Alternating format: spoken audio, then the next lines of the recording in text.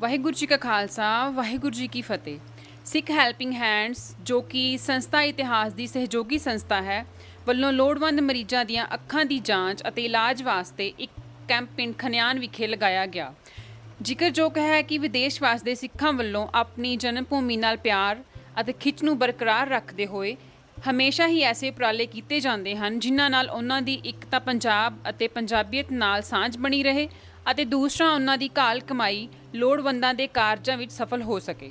ਯੂਰਪੀ ਸਿੱਖ ਸਮਾਜ ਵਿੱਚ ਜਾਣੀ ਪਹਿਚਾਣੀ ਸ਼ਖਸੀਅਤ ਸਰਦਾਰ ਗੁਰਮੀਤ ਸਿੰਘ ਖਣਿਆਣ ਜਰਮਨੀ ਨਿਵਾਸੀ ਅਤੇ ਸਰਦਾਰ ਰਘਬੀਰ ਸਿੰਘ ਕੁਹਾੜ ਫਰਾਂਸ ਵਾਸੀ ਦੇ ਸਹਿਯੋਗ ਨਾਲ ਪੰਜਾਬੀਅਤ ਦੀ ਸੇਵਾ ਲਈ ਨਵਗਠਿਤ ਸੰਸਥਾ ਸਿੱਖ ਹੈਲਪਿੰਗ ਹੈਂਡਸ ਵੱਲੋਂ ਇਹ ਮਹਾਨ ਉਪਰਾਲਾ ਕੀਤਾ ਗਿਆ। ਇਸ ਸੰਸਥਾ ਦੇ ਕਾਰਜ ਬਾਰੇ ਸਾਰੀ ਜਾਣਕਾਰੀ ਸਾਂਝੀ ਕਰਦੇ ਹੋਏ ਸੰਸਥਾ ਇਤਿਹਾਸ ਦੇ ਮੁਖੀ ਡਾਕਟਰ ਸੁਖਪ੍ਰੀਤ ਸਿੰਘ ਉਦੋਕੇ ਨੇ ਸਿੱਖ ਚੈਨਲ ਦੀ ਟੀਮ ਨਾਲ ਗੱਲਬਾਤ ਕਰਦਿਆਂ ਦੱਸਿਆ ਕਿ ਹਾਂਜੀ ਮਨਮੀਤ, ਪਹਿਲਾਂ ਤਾਂ ਸਿੱਖ ਚੈਨਲ ਦਾ ਧੰਨਵਾਦ ਹੈ ਕਿ ਜਿਨ੍ਹਾਂ ਨੇ ਇਸ ਸਾਰੇ ਕੈਂਪ ਦੇ ਵਿੱਚ ਜਿਸ ਤਰ੍ਹਾਂ ਦੇ ਨਾਲ ਮਰੀਜ਼ਾਂ ਦੀ ਜਾਂਚ ਹੋਈ ਹੈ ਜਾਂ ਫਿਰ ਉਸ ਤੋਂ ਬਾਅਦ ਜਿਹੜਾ ਇਲਾਜ ਹੋਇਆ ਹੈ ਉਹਨੂੰ ਬ੍ਰੌਡਕਾਸਟ ਕਰਕੇ ਤਕਰੀਬਨ ਸੰਗਤਾਂ ਤੱਕ ਇਸ ਨਵ ਗਠਿਤ ਜਿਹੜੀ ਸੰਸਥਾ ਸੀ ਉਹਦੇ ਉਪਰਾਲੇ ਨੂੰ ਪਹੁੰਚਾਇਆ ਹੈ।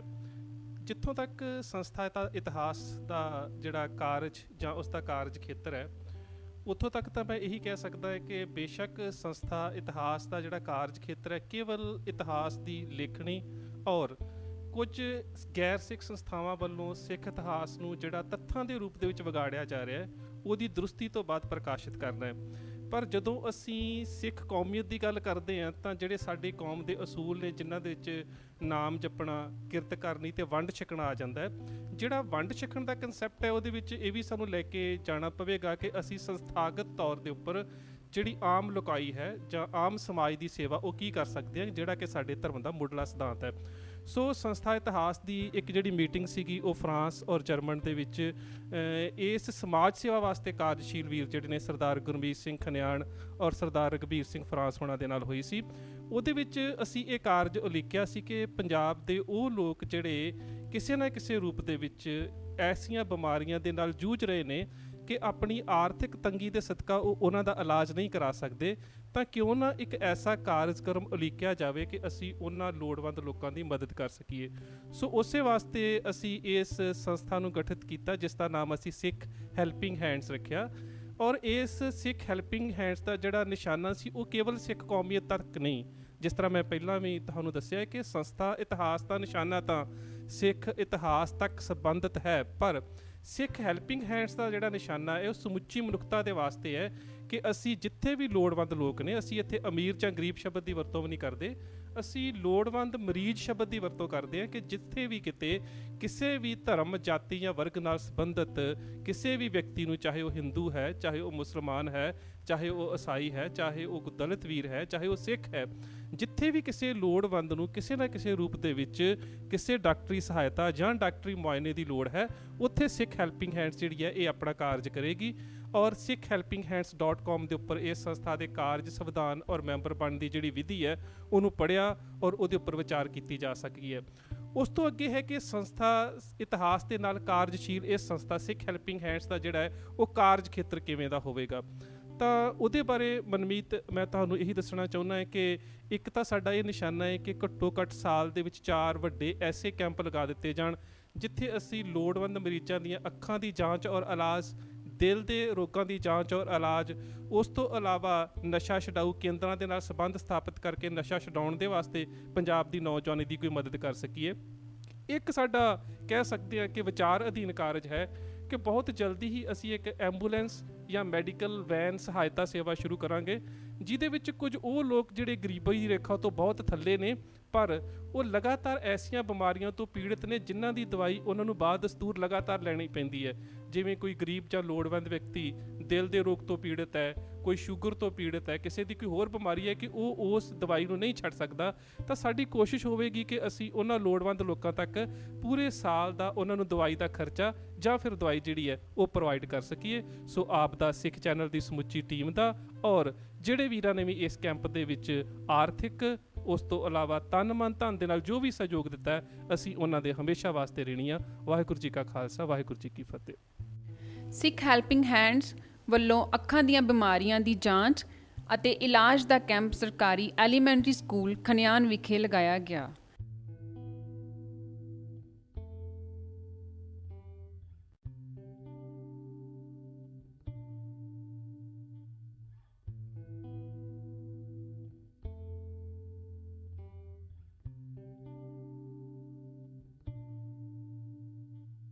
ਹਰ ਜਾਤ ਅਤੇ ਹਰ ਵਰਗ ਦੇ ਲੋਕਾਂ ਨੂੰ ਇਸ ਕੈਂਪ ਵਿੱਚ ਆ ਕੇ ਅੱਖਾਂ ਦੀ ਜਾਂਚ ਅਤੇ ਇਲਾਜ ਕਰਾਉਣ ਲਈ ਬਕਾਇਦਾ ਤੌਰ ਤੇ ਸੱਦਾ ਦਿੱਤਾ ਗਿਆ।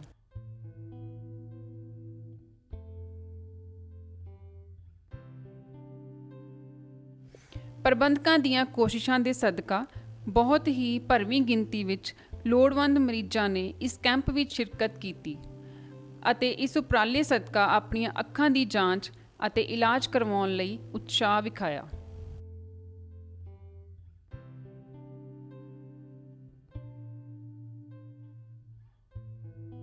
ਪ੍ਰਬੰਧਕਾਂ ਵੱਲੋਂ ਆਏ ਹੋਏ ਲੋੜਵੰਦ ਮਰੀਜ਼ਾਂ, ਮੁੱਖ ਮਹਿਮਾਨਾਂ ਅਤੇ ਪਤਵੰਤੇ ਲੋਕਾਂ ਲਈ ਚਾਹ ਅਤੇ ਰੋਟੀ ਪਾਣੀ ਦੇ ਲੰਗਰ ਦਾ ਵਧੀਆ ਪ੍ਰਬੰਧ ਕੀਤਾ ਗਿਆ ਸੀ।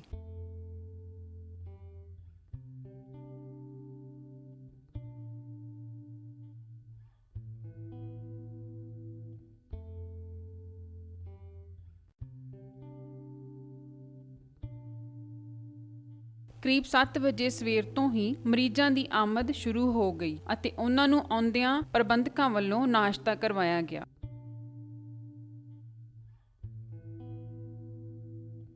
ਸਿੱਖ ਚੈਨਲ ਦੀ ਮੀਡੀਆ ਟੀਮ ਵੱਲੋਂ ਆਏ ਹੋਏ ਲੋੜਵੰਦ ਮਰੀਜ਼ਾਂ ਨਾਲ ਉਹਨਾਂ ਦੀ ਆਮਦ ਬਾਰੇ ਗੱਲਬਾਤ ਕੀਤੀ ਗਈ। ਕਈ ਮਹੀਨੇ ਹੋ ਗਏ ਭਾਈ, ਡਾਕਟਰ ਸਾਹਿਬ ਨੇ ਕਿਹਾ ਸੀ ਵੀ ਆਪਰੇਸ਼ਨ ਹੋਊਗਾ, ਦਿਖਾਉਣੇ ਇਹਨਾਂ ਨੂੰ ਹੀ ਅਸੀਂ। ਤੁਸੀਂ ਕਿੱਥੋਂ ਆਏ ਹੋ? ਇਸੇ ਪਿੰਡ ਦੇ ਹੋ? ਗੋਬਿੰਦਗੜ੍ਹ ਤੋਂ। ਰਤਨਾ ਸਿੰਘ ਆ, ਰਤਨਾ। ਰਤਨਾ। ਹਾਂ, ਰਤਨਾ। ਅੱਛਾ, ਤੁਹਾਨੂੰ ਕਿਹੜੀ ਸਮੱਸਿਆ ਆਈ ਅੱਖਾਂ ਦੀ? ਅੱਖਾਂ ਦੇ ਚਿੱਟਾ ਮੋਤੀਆ ਤੇ ਤੁਹਾਨੂੰ ਕਦੋਂ ਤੋਂ ਆਏ? ਹੋਇਆ 2 ਮਹੀਨੇ ਹੋ ਗਏ, ਪਹਿਲਾਂ ਨਿਗਾ ਸੀ। ਅੱਛਾ।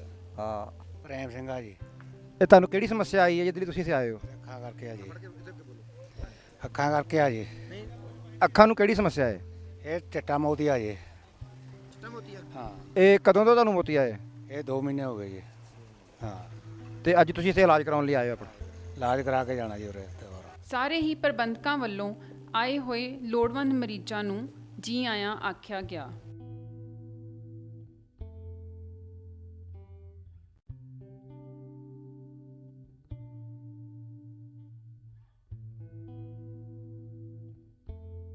ਅੱਖਾਂ ਦੇ ਮਾਹਿਰ ਡਾਕਟਰ ਗੁਰਵਿੰਦਰ ਸਿੰਘ ਧਾਮੀ, ਜਿਹੜੇ ਕਿ ਧਾਮੀ ਆਈ ਕੇਅਰ ਸੈਂਟਰ ਦੇ ਡਾਇਰੈਕਟਰ ਹਨ, ਜਦੋਂ ਉਹ ਕੈਂਪ ਵਿੱਚ ਆਏ, ਮਰੀਜ਼ਾਂ ਦੀ ਜਾਂਚ ਲਈ ਟੀਮ ਸਮੇਤ ਪਹੁੰਚੇ ਤਾਂ ਸਾਰੇ ਹੀ ਪ੍ਰਬੰਧਕਾਂ ਵੱਲੋਂ ਉਹਨਾਂ ਨੂੰ ਜੀ ਆਇਆਂ ਆਖਿਆ ਗਿਆ।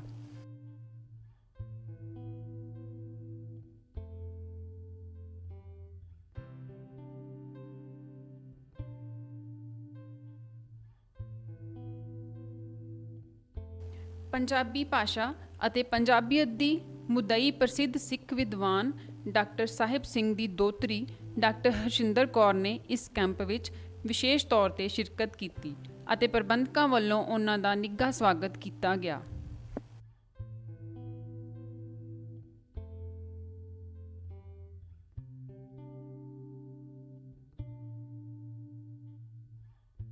ਜ਼ਿਲ੍ਹੇ ਦੇ ਸੀਨੀਅਰ ਮੈਡੀਕਲ ਅਫਸਰ ਡਾਕਟਰ ਗੁਰਦਿੱਤ ਸਿੰਘ ਹੋਰਾਂ ਨੇ ਵੀ ਇਸ ਕੈਂਪ ਵਿੱਚ ਸ਼ਮੂਲੀਅਤ ਕੀਤੀ ਅਤੇ ਪ੍ਰਬੰਧਕਾਂ ਨੂੰ ਭਰਪੂਰ ਸਹਿਯੋਗ ਦਿੱਤਾ।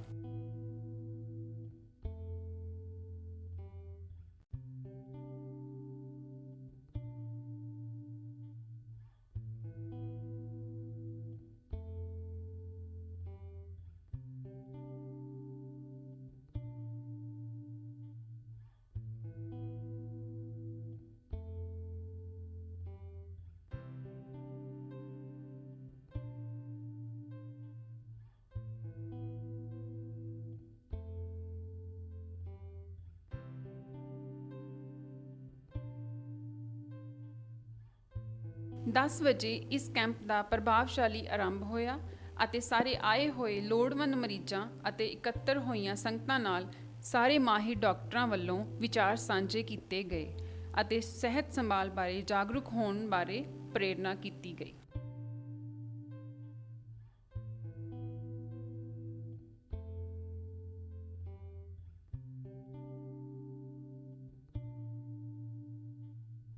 ਜ਼ਿਲ੍ਹੇ ਦੇ SMO ਡਾਕਟਰ ਗੁਰਦੀਪ ਸਿੰਘ ਨੇ ਸੰਗਤਾਂ ਨਾਲ ਵਿਚਾਰ ਸਾਂਝੇ ਕਰਦਿਆਂ ਕਿਹਾ, ਤੇ ਅੱਜ ਬੜਾ ਦੇਖ ਕੇ ਬੜੀ ਖੁਸ਼ੀ ਹੋਈ ਹੈ ਕਿ ਸਾਰਿਆਂ ਨੇ ਇਹ ਬਹੁਤ ਵੱਡਾ ਉਪਰਾਲਾ ਕੀਤਾ ਹੈ ਕਿ ਅੱਖਾਂ ਦੇ ਆਪਰੇਸ਼ਨ ਕਰਵਾਉਣੇ ਹੈ।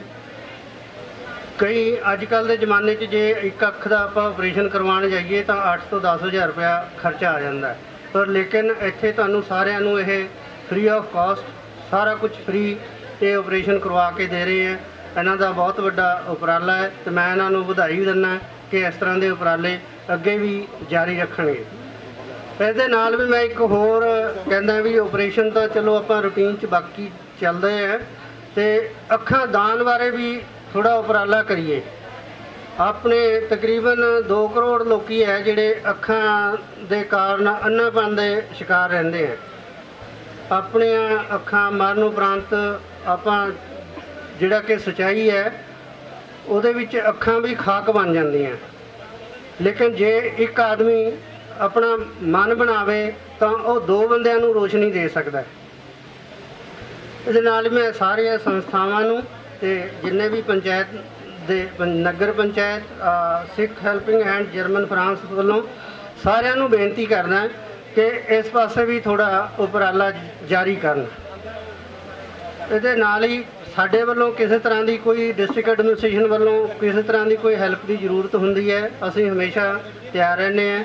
ਮੈਂ ਵੀ ਬੇਸਿਕਲੀ ਆਈ ਸਰਜਨ ਹੀ ਹਾਂ ਤੇ ਇਸ ਪਰਪਸ ਲਈ ਮੇਰੇ ਕੋਲ ਇਹ ਜ਼ਿਲ੍ਹੇ ਦਾ ਹੈ ਪ੍ਰੋਗਰਾਮ, ਤੇ ਕਿਸੇ ਤਰ੍ਹਾਂ ਦੀ ਵੀ ਕੋਈ ਜਾਣਕਾਰੀ ਲੈਣੀ ਹੋਵੇ ਤਾਂ ਮੇਰੇ ਨਾਲ ਕਿਸੇ ਟਾਈਮ ਤੇ ਵੀ ਆ ਕੇ ਸੰਪਰਕ ਕਰ ਲਓ, ਮੈਂ ਉਸ ਤਰ੍ਹਾਂ ਦਾ ਤੁਹਾਨੂੰ ਪ੍ਰੋਗਰਾਮ ਦੱਸ ਦਿਆਂਗਾ। ਲੇਕਿਨ ਮੈਂ ਸਪੈਸ਼ਲੀ ਇਹ ਬੇਨਤੀ ਕਰਾਂਗਾ ਕਿ ਅੱਖਾਂ ਦਾਨ ਸੰਬੰਧੀ ਆਪਾਂ ਥੋੜਾ ਹੋਰ ਜਾਗਰੂਕ ਕਰੀਏ ਲੋਕਾਂ ਨੂੰ ਤਾਂ ਕਿ ਆਪਾਂ ਹੋਰ ਲੋਕਾਂ ਦਾ ਅੰਧਾਪਨ ਦੂਰ ਕਰ ਸਕੀਏ। ਇਸ ਦੇ ਨਾਲ ਹੀ ਮੈਂ ਸਾਰੀ ਸੰਗਤਾਂ ਦਾ, ਭਾਈ ਸਾਹਿਬ ਦਾ, ਸਮੂਹ ਨਗਰ ਪੰਚਾਇਤ ਦਾ, ਦਸ਼ਮੇਸ਼ ਕਲੱਬ ਦੇ ਮੈਂਬਰਸ ਤੇ ਸਿੱਖ ਹੈਲਪਿੰਗ ਹੈਂਡ ਤੇ ਜਰਮਨ ਫਰਾਂਸ ਸਾਰਿਆਂ ਦਾ ਬਹੁਤ ਬਹੁਤ ਧੰਨਵਾਦ ਕਰਦਾ। ਬਹੁਤ ਹੀ ਮਹਾਨ ਦਿਨ ਤੇ ਮਹਾਨ ਕਾਰਜ ਲਈ ਇੱਥੇ ਪਧਾਰੇ ਸਾਡੇ ਆਪਣੇ ਇਲਾਕੇ ਦੇ ਇਲਾਕਾ ਕੀ ਆਪਣੇ ਪਿੰਡ ਦੇ ਹੀ ਜੇ ਕਹਿ ਲਈਏ ਕੋਈ ਅਤਕਥਨੀ ਨਹੀਂ ਹੋਏਗੀ। ਡਾਕਟਰ ਧੰਮੀ ਜੀ, ਉਹਨਾਂ ਦੇ ਨਾਲ ਮੈਡਮ ਜੀ, ਨਾਲ ਉਹਨਾਂ ਦੇ ਡਾਕਟਰ ਸਾਹਿਬ ਨੇ ਜਿਹੜੇ ਇਸ ਮਹਾਨ ਕਾਰਜ ਲਈ ਆਪਣੀ ਨਗਰੀ ਵਿੱਚ ਪਹੁੰਚੇ ਨੇ, ਮੈਂ ਆਪਣੇ ਵੱਲੋਂ ਉਹਨਾਂ ਦਾ ਜੀ ਆਇਆਂ ਅਤੇ ਨਿੱਘਾ ਸਵਾਗਤ ਕਰਦਾ। ਧੰਮੀ ਜੀ,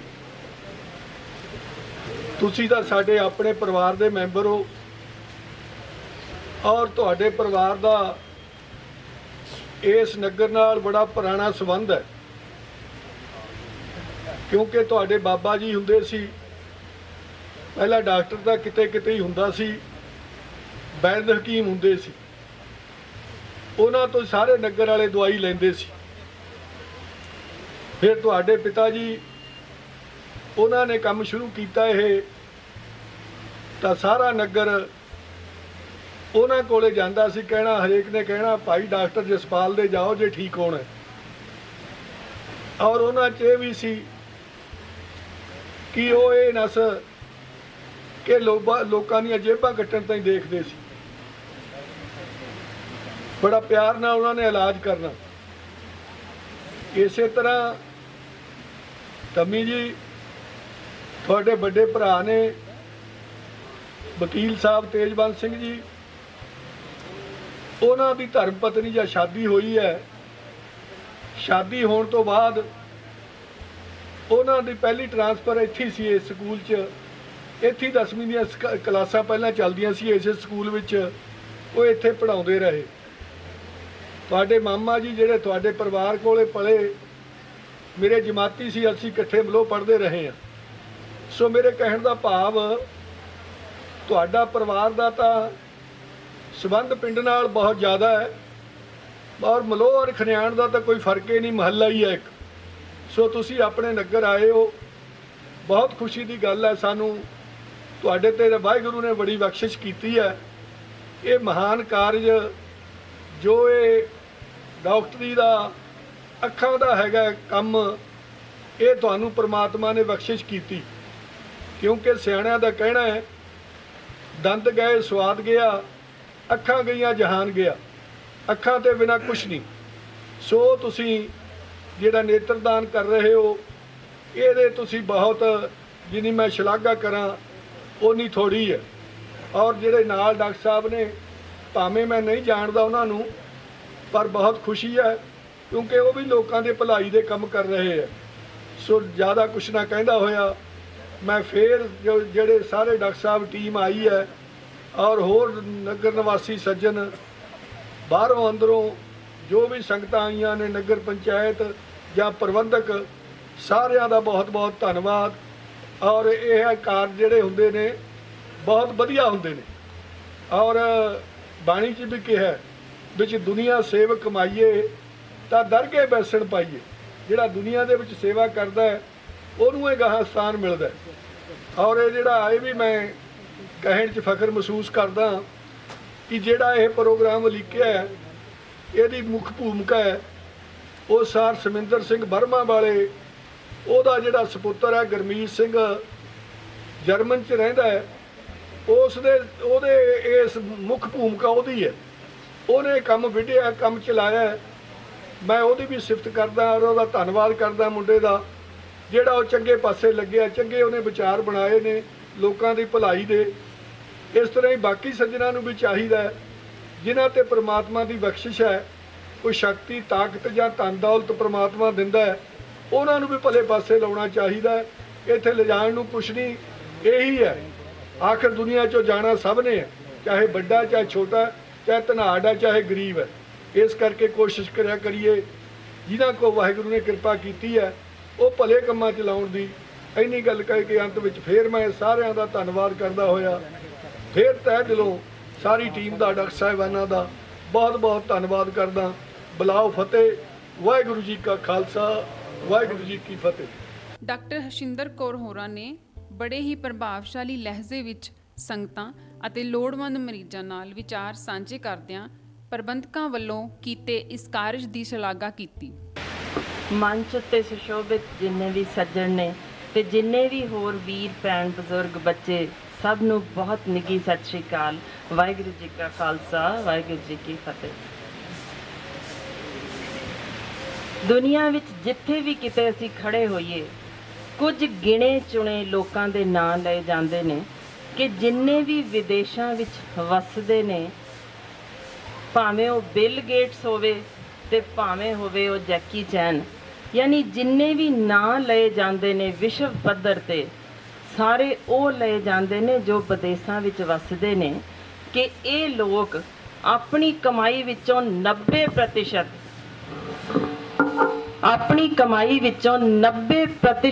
ਜਿੰਨੀ ਵੀ ਉਹ ਕਮਾਈ ਹੋ ਚੁੱਕੀ ਹੁੰਦੀ ਹੈ ਦਾਨ ਕਰ ਦਿੰਦੇ ਨੇ।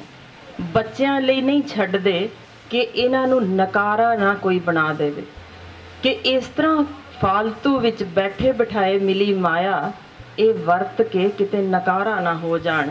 ਇਸ ਲਈ ਉਹਨਾਂ ਨੇ ਸੋਚਿਆ ਹੋਇਆ ਹੈ ਕਿ ਅਸੀਂ ਜਿੰਨੀ ਵੀ ਕਮਾਈ ਕੀਤੀ ਸਾਰੀ ਦੀ ਸਾਰੀ ਵੰਡ ਜਾਣੀ ਹੈ, ਦਾਨ ਕਰ ਦੇਣੀ।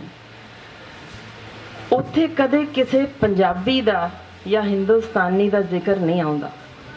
ਮੈਂ ਤੁਹਾਡੇ ਵਿੱਚ ਉਹ ਗੱਲ ਸਾਂਝੀ ਕਰਨੀ ਹੈ ਕਿ ਸਾਡੇ ਵਿੱਚ ਅਜਿਹੀਆਂ ਮਿਸਾਲਾਂ ਨੇ ਜਿੱਥੇ ਪੈਸੇ ਕਮਾਉਣਾ ਪਹਿਲਾਂ ਲੋੜ ਨਹੀਂ ਸਮਝੀ ਜਾਂਦੀ। ਅੰਮ੍ਰਿਤਸਰ ਪਿੰਗਲਵਾੜੇ ਜਿਹੜਾ ਗਿਆ ਹੋਵੇ ਉਹਨੂੰ ਸਮਝ ਹੋਏਗਾ ਕਿ ਭਗਤ ਪੂਰਨ ਸਿੰਘ ਜੀ ਨੇ ਪੈਸਾ ਕਮਾਇਆ ਨਹੀਂ, ਤਨ ਦੀਆਂ ਲਾ ਕੇ ਵੀ ਉਹਨਾਂ ਨੇ ਉਹ ਸੇਵਾ ਕੀਤੀ ਹੈ ਜਿਹੜੀ ਮਿਸਾਲ ਦੁਨੀਆ ਵਿੱਚ ਕਿਸੇ ਕੋਨੇ ਤੇ ਨਹੀਂ ਮਿਲਦੀ। ਪਰ ਇਹ ਨਾਮ ਗਿਣਿਆ ਨਹੀਂ ਜਾਂਦਾ ਜਦੋਂ ਵਿਸ਼ਵ ਪੱਧਰ ਤੇ ਜਾਂਦਾ ਹੈ। ਇਹ ਸਾਡੀ ਜ਼ਿੰਮੇਵਾਰੀ ਹੈ, ਅਸੀਂ ਪਹੁੰਚਾਈਏ ਕਿ ਜੇ ਦੁਨੀਆ ਭਰ ਵਿੱਚ ਅੱਜ ਰੈੱਡ ਕਰਾਸ ਦਾ ਨਾਂ ਲਿਆ ਜਾਂਦਾ ਹੈ ਤੇ ਉਹਦਾ ਧੁਰਾ ਇਸੇ ਧਰਤੀ ਤੋਂ ਸ਼ੁਰੂ ਹੋਇਆ, ਜਿੱਥੇ ਸਾਡੇ ਗੁਰੂ ਸਾਹਿਬਾਨ ਨੇ ਸਮਝਾਇਆ ਕਿ ਭਾਈ ਕਨਈਆ ਜੀ ਇੱਕ ਐਗਜ਼ਾਮਪਲ ਬਣ ਜਾਓ, ਲੋਕਾਂ ਨੂੰ ਇਹ ਦੱਸੋ ਕਿ ਜਿੱਥੇ ਤੁਹਾਨੂੰ ਪਰਾਏ ਨਾ ਕੋਈ ਦਿਸੇ, ਸੇਵਾ ਭਾਵ ਦੇ ਵਿੱਚ ਸਿਰਫ ਤੇ ਸਿਰਫ ਆਪਣਾ ਹੀ ਦਿਸੇ ਹਰ ਥਾਂ ਤੇ, ਯਾਨੀ ਕੋਈ ਜਾਤ ਪਾਤ ਧਰਮ ਕਿਸੇ ਊਚ ਨੀਚ ਦਾ ਕੋਈ ਜ਼ਿਕਰ ਹੀ ਨਾ ਹੋਵੇ। ਸੇਵਾ ਦਾ ਮਤਲਬ ਅਰਥ ਸਿਰਫ ਸੇਵਾ ਹੈ। ਮੈਂ ਵਾਕਈ ਦਿਲੋਂ ਸ਼ੁਕਰਗੁਜ਼ਾਰ ਹਾਂ ਸਿੱਖ ਹੈਲਪਿੰਗ ਹੈਂਡਸ ਜਰਮਨ ਤੇ ਫਰਾਂਸ ਦੇ, ਜਿਨ੍ਹਾਂ ਨੇ ਦਸ਼ਮੇਸ਼ ਸਪੋਰਟਸ ਕਲੱਬ ਖਨਿਆਣ ਤੇ ਸਮੂਹ ਗ੍ਰਾਮ ਪੰਚਾਇਤ ਖਨਿਆਣ ਦੇ ਸਹਿਯੋਗ ਨਾਲ ਇੱਕ ਕੈਂਪ ਇੱਥੇ ਆਯੋਜਿਤ ਕੀਤਾ ਹੈ ਤੇ ਡਾਕਟਰ ਸਾਹਿਬ ਆਏ ਵੀ ਨੇ ਕਰਨ ਲਈ। ਸੋ ਸੇਵਾ ਦਾ ਜੋ ਸ਼ਬਦਾਂ ਦੇ ਵਿੱਚ ਜੋ ਅਰਥ ਭਰਨਾ ਸੀ ਉਹ ਭਰਨ ਦਾ ਇੱਕ ਯਤਨ ਕੀਤਾ ਗਿਆ ਹੈ। ਮੈਂ ਇੱਕ ਲਾਟ ਜਗਾਉਣੀ ਚਾਹੁੰਦੀ ਹਾਂ ਤੁਹਾਡੇ ਵਿੱਚ, ਬਿਲਕੁਲ ਉਂਝ ਹੀ ਜਿਵੇਂ ਸੰਨ 1699 ਵਿੱਚ ਮੇਰੇ ਨਾਲ ਕੁਝ ਪਲ ਤੁਰ ਪਓ।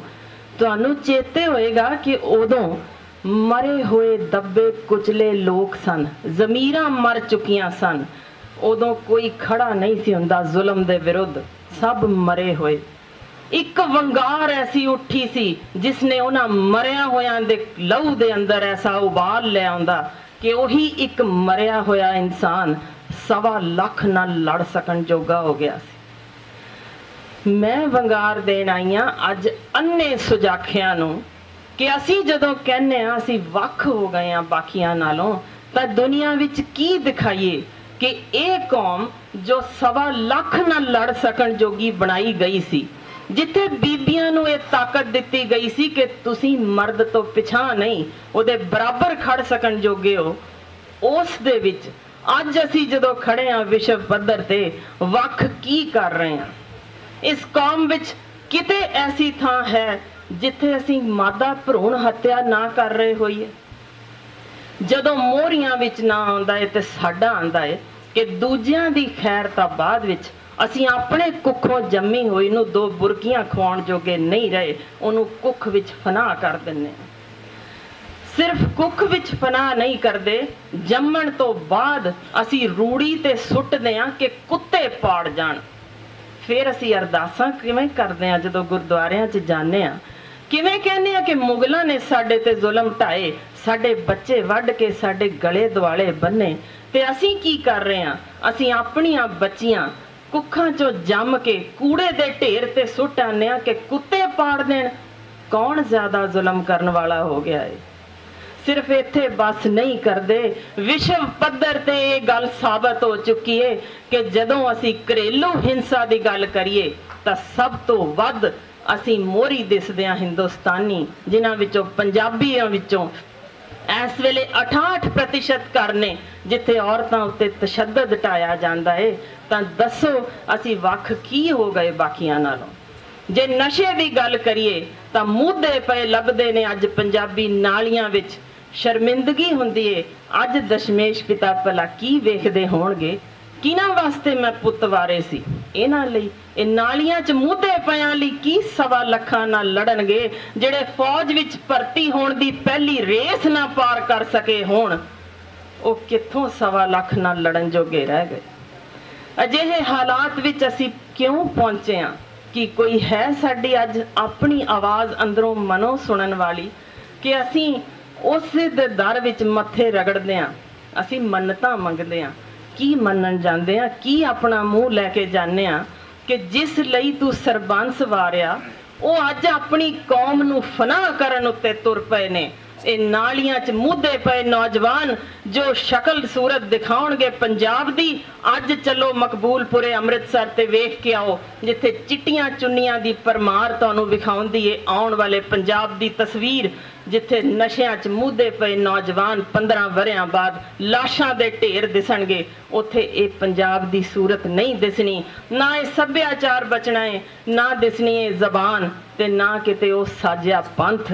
ਸੋ ਕਦੋਂ ਅਸੀਂ ਜਾਗਣਾ ਹੈ ਕਿ ਫਿਰ ਦੁਬਾਰਾ ਸਾਡੇ ਲਈ ਸਾਹਿਬਜ਼ਾਦੇ ਪੈਦਾ ਹੋਣ, ਫਿਰ ਚਿਣੇ ਜਾਣ ਕੰਧਾਂ ਲਈ, ਤਾਂ ਹੀ ਸਾਡੀ ਜ਼ਮੀਰ ਜਾਗੇਗੀ। ਕਦੋਂ ਅਸੀਂ ਜਾਗਣਾ ਹੈ? ਕਦੋਂ ਖੜੇ ਹੋਣਾ ਹੈ? ਇਸ ਦੇ ਵਿਰੁੱਧ ਆਵਾਜ਼ ਲਾਮ ਬੰਦ ਕਰੋ, ਅੰਨੇ ਸੁਜਾਖਿਓ ਸਾਰੇ ਖੜੇ ਹੋਵੋ। ਇਹੀ ਮੌਕਾ ਹੈ ਕਿ ਅਸੀਂ ਇਹ ਸਾਰੇ ਜਿੰਨੇ ਜ਼ੁਲਮ ਅਸੀਂ ਸਾਡੇ ਤੇ ਹੋ ਰਹੇ ਨੇ, ਜਿਸ ਕਿਸੇ ਥਾਂ ਤੇ ਅਜਿਹੀ ਚੀਜ਼ ਵਾਪਰਦੀ ਵੇਖਦੇ ਹੋ ਉਹਦੇ ਲਈ ਹਲੂਣਾ ਦਿਓ ਆਪਣੇ ਆਪ ਨੂੰ, ਖੜੇ ਹੋ, ਆਵਾਜ਼ ਬੁਲੰਦ ਕਰੋ ਕਿ ਅਸੀਂ ਵਾਪਸ ਜੇ ਅੱਜ ਤੋਂ ਬਾਅਦ ਗੁਰਦੁਆਰਾ ਸਾਹਿਬ ਵਿੱਚ ਪੈਰ ਧਰਨਾ ਹੈ ਤੇ ਅਸੀਂ ਸ਼ਕਲ ਤਾਂ ਦਿਖਾਵਾਂਗੇ ਜਦੋਂ ਆਪਣੇ ਮਨ 'ਚ ਧਾਰ ਕੇ ਤੁਰੇ ਹੋਵਾਂਗੇ ਕਿ ਇਹਨਾਂ 'ਚੋਂ ਘੱਟੋ ਘੱਟ ਇੱਕ ਕੁਰੀਤੀ ਵਿਰੁੱਧ ਅਸੀਂ ਆਵਾਜ਼ ਚੁੱਕੀ ਤੇ ਦਸ਼ਮੇਸ਼ ਪਿਤਾ ਤਾਂ ਹੀ ਤੇਰੇ ਪੁੱਤਰ ਕਹਾਉਣ ਜੋਗੇ ਹੋਵਾਂਗੇ। ਧੰਨਵਾਦ ਨੇ ਹੀ ਸੁਣਿਆ ਦੇਣ ਆਈ ਸੀ ਕਿ ਅਸੀਂ ਵਾਪਸ ਕਿਤੇ ਉਸੇ ਜਾਤ ਪਾਤ ਊਚ ਨੀਚ ਦੇ ਵਿੱਚ ਰਲ ਕੇ ਕਿਤੇ ਸਾਜਿਆ ਪੰਥ ਖਤਮ ਨਾ ਕਰ ਜਾਈਏ। ਬਸ ਇਹੀ ਇੱਕ ਵੰਗਾਰ ਦੇਣੀ ਸੀ ਕਿ ਇਹ ਆਵਾਜ਼ ਉੱਠੇ ਤਾਂ ਅਗਲੀ ਵਾਰ ਇਸੇ ਧਰਤੀ ਤੋਂ ਉੱਠੇ ਕਿ ਅਸੀਂ ਨਸ਼ਿਆਂ ਵਿਰੁੱਧ ਜੇ ਆਵਾਜ਼ ਚੁੱਕੀ ਗਈ ਤਾਂ ਸਭ ਤੋਂ ਬੁਲੰਦ ਇਸੇ ਥਾਂ ਤੋਂ ਚੁੱਕੀ ਗਈ, ਤੇ ਜੇ ਧੀਆਂ ਕੁੱਖ ਵਿੱਚ ਮਾਰਨ ਦੀ ਗੱਲ ਸੀ ਤਾਂ ਵੀ ਸਭ ਤੋਂ ਵੱਧ ਆਵਾਜ਼ ਇੱਥੋਂ ਉੱਠੀ। ਤੇ ਦਿਖਾ ਦਿਓ ਸਾਰੀ ਦੁਨੀਆ ਨੂੰ ਕਿ ਇਸੇ ਥਾਂ ਤੇ ਧੀਆਂ ਜਦੋਂ ਵੀ ਜੰਮਣਗੀਆਂ ਮੁੰਡਿਆਂ ਦੇ ਬਰਾਬਰ ਜੰਮਣਗੀਆਂ, ਕਦੇ ਘੱਟ ਨਹੀਂ ਹੋਣਗੀਆਂ, ਤਾਂ ਜੋ ਉਹਨਾਂ ਦੇ ਕੁੱਖੋਂ ਅਜੇ ਵੀ ਹੋਰ ਪੰਜਾਬੀ ਸ਼ੇਰ ਜੰਮਦੇ ਰਹਿਣ। ਬਹੁਤ ਧੰਨਵਾਦ। ਵਾਹਿਗੁਰੂ ਜੀ ਕਾ ਖਾਲਸਾ, ਵਾਹਿਗੁਰੂ ਜੀ ਕੀ ਫਤਿਹ। ਇਸ ਤੋਂ ਬਾਅਦ ਸਾਰੇ ਆਏ ਹੋਏ ਮੁੱਖ ਮਹਿਮਾਨਾਂ ਅਤੇ ਪਤਵੰਤਿਆਂ ਦਾ ਪ੍ਰਬੰਧਕਾਂ ਵੱਲੋਂ ਸਨਮਾਨ ਕੀਤਾ ਗਿਆ ਅਤੇ ਸਿੱਖ ਹੈਲਪਿੰਗ ਹੈਂਡਸ ਦੇ ਯਾਦਗਾਰੀ ਚਿੰਨ੍ਹ ਭੇਂਟ ਕੀਤੇ ਗਏ।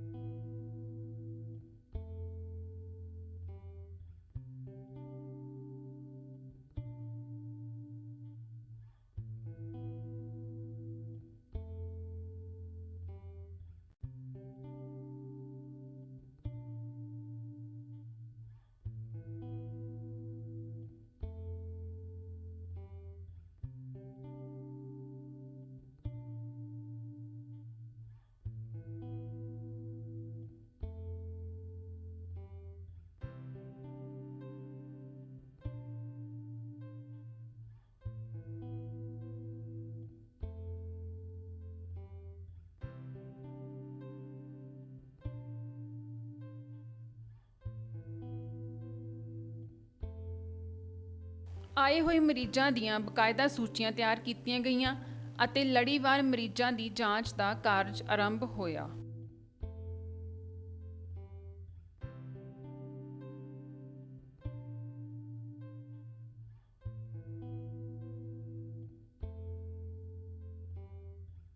ਮਰੀਜ਼ਾਂ ਦੀ ਅੱਖਾਂ ਦੀ ਜਾਂਚ ਆਰੰਭ ਕਰਨ ਤੋਂ ਪਹਿਲਾਂ ਉਹਨਾਂ ਦੇ ਖੂਨ ਦੀ ਜਾਂਚ ਕੀਤੀ ਗਈ ਅਤੇ ਜੇਕਰ ਕਿਸੇ ਮਰੀਜ਼ ਦੇ ਖੂਨ ਵਿੱਚ ਸ਼ੂਗਰ ਅਧਿਕ ਤੱਤ ਵਧੇਰੇ ਮਾਤਰਾ ਵਿੱਚ ਪਾਏ ਗਏ ਤਾਂ ਉਸ ਨੂੰ ਬਕਾਇਦਾ ਦਵਾਈ ਦਿੱਤੀ ਗਈ। ਪਰਹੇਜ਼ ਦੀ ਤਾਕੀਦ ਕੀਤੀ ਗਈ। ਖੂਨ ਦੀ ਜਾਂਚ ਤੋਂ ਬਾਅਦ ਮਰੀਜ਼ਾਂ ਦੀਆਂ ਅੱਖਾਂ ਦੀ ਜਾਂਚ ਅੱਖਾਂ ਦੇ ਮਾਹਿਰ ਡਾਕਟਰਾਂ ਦੀ ਟੀਮ ਵੱਲੋਂ ਕੀਤੀ ਗਈ ਅਤੇ ਆਧੁਨਿਕ ਤਕਨੀਕਾਂ ਨਾਲ ਅੱਖਾਂ ਦੀਆਂ ਬਿਮਾਰੀਆਂ ਦੀ ਪੜਤਾਲ ਕੀਤੀ ਗਈ।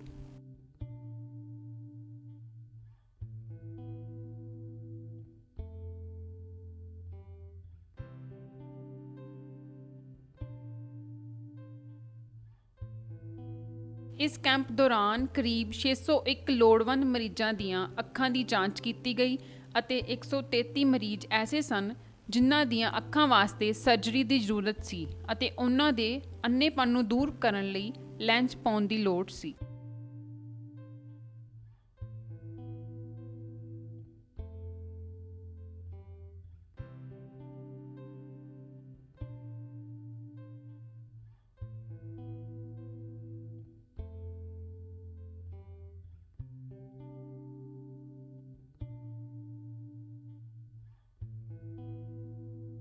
ਉਹਨਾਂ ਮਰੀਜ਼ਾਂ ਨੂੰ ਸਰਜਰੀ ਵਾਸਤੇ ਧਾਮੀ ਆਈ ਕੇਅਰ ਸੈਂਟਰ ਲੁਧਿਆਣੇ ਲਿਜਾਇਆ ਗਿਆ ਅਤੇ ਰੋਜ਼ਾਨਾ 20 ਤੋਂ 30 ਮਰੀਜ਼ਾਂ ਦੀ ਜਾਂਚ ਉਪਰੰਤ ਅੱਖਾਂ ਦੇ ਆਪਰੇਸ਼ਨ ਕੀਤੇ ਗਏ। ਇਸ ਦੌਰਾਨ ਇਨ੍ਹਾਂ 133 ਮਰੀਜ਼ਾਂ ਨੂੰ ਲੁਧਿਆਣੇ ਲੈ ਕੇ ਆਉਣ ਅਤੇ ਜਾਣ ਵਾਸਤੇ ਬੱਸ ਦਾ ਪ੍ਰਬੰਧ ਸਿੱਖ ਹੈਲਪਿੰਗ ਹੈਂਡਸ ਵੱਲੋਂ ਕੀਤਾ ਗਿਆ ਅਤੇ 133 ਲੋੜਵੰਦ ਮਰੀਜ਼ਾਂ ਦੀਆਂ ਅੱਖਾਂ ਦੀ ਸਰਜਰੀ ਦਾ ਖਰਚਾ ਵੀ ਸੰਸਥਾ ਵੱਲੋਂ ਅਦਾ ਕੀਤਾ ਗਿਆ।